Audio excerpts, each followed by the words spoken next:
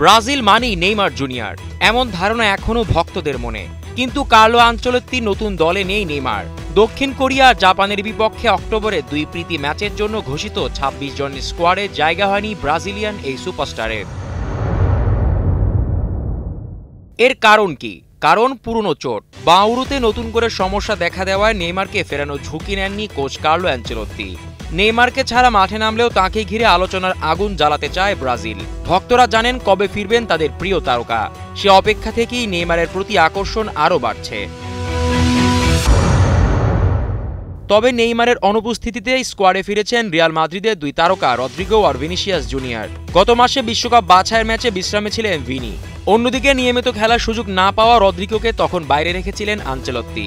এবার আবারও এই দুইজনকেই ফেরালেন তিনি। বাংলাদেশের প্রথম ইমিউনিটি বুস্টার সমৃদ্ধ ফ্যান্টাস্টিক হ্যাপি এনার্জি বিস্কিট। আনচেলত্তির স্কোয়াডেও চমক আছে। নটিংহাম ফরেস্টের নতুন স্ট্রাইকার ইগোর জেসুস পেয়েছেন ডাক। মাত্র 2 ম্যাচে 4 গোল করে আলোচনায় উঠে এসেছেন এই ফরওয়ার্ড। চোটের কারণে এবার বাদ পড়েছেন বার্সেলোনার রাফিনিয়া, পিএসজির মার্কিউনোস আর লিভারপুলের আলিসান। তবে এডার মিলিটাও ফিরেছেন দীর্ঘ চোট শেষে। অক্টোবরের 10 তারিখে ব্রাজিল মুখোমুখি হবে দক্ষিণ কোরিয়ার, আর 4 দিন পর টোকিওতে লড়বে জাপানের বিপক্ষে। প্রশ্ন একটাই, দলের জয় পরাজয়ের বাইরেও ভক্তদের চোখ খুঁজবে নেইমারকে। মাঠে না থাকলেও তার অনুপস্থিতি যেন উপস্থিতির চেয়েও বেশি আলোচনার জন্ম দিচ্ছে। জিসান আহমেদ, কালের কণ্ঠ।